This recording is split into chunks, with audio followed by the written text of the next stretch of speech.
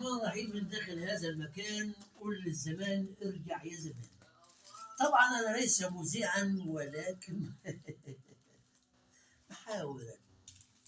طبعا من قناة رضا شعوذة على طريق الشوكة البلد. أنا هنا في المحل بتاع السيد محمود. طبعا زي ما انتم شايفين المناظر الجميلة دي يا جماعة، أقسم بالله العلي العظيم الراجل دي ما عاوز مكسب من أي حد.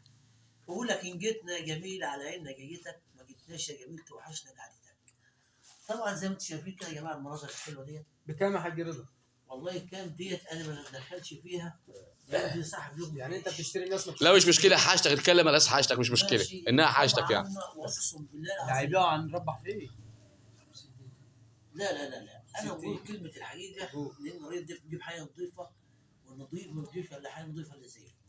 انا طبعا بسالك لو جالك زبون وحد يغلس عليك في الاسعار، طبعا انت ما بتاخدش الا في حاجه 5 جنيه مكسب. حصل حاجه بسيطه بس ماشي. كده حصل.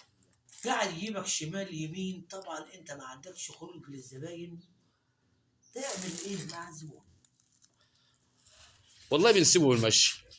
طب ده دي لقمة عيشك لازم يكون فيه اتصال، عشان لقمة عيشك وربنا يسهل لك في البضاعة بتاعتك عشان تجيبها. طب هو ينفع نتبني الشارع الحالي مثلا ب 50 ويروح يقول لي 30؟